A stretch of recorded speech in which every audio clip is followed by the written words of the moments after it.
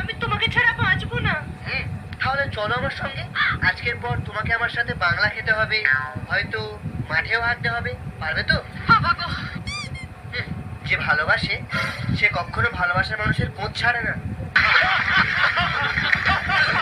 পূজা, তোর বয়ফ্রেন্ড কেমন দেখতে রে? পালের মতো।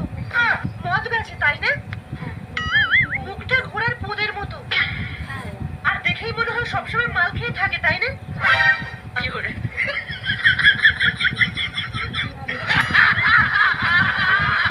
নমস্কার দাদা, আপনি পূজার দ্বিতীয় বাবা তাই না? দ্বিতীয় না, আমি তৃতীয় বাবা। কিন্তু তুমি এখানে কি ছিড়তে? ছিড়তে না, বেচতে। 1 মিনিট। 750 ওর জন্য একটা ফ্রি, বাকিটা তোমাদের কিনতে হবে।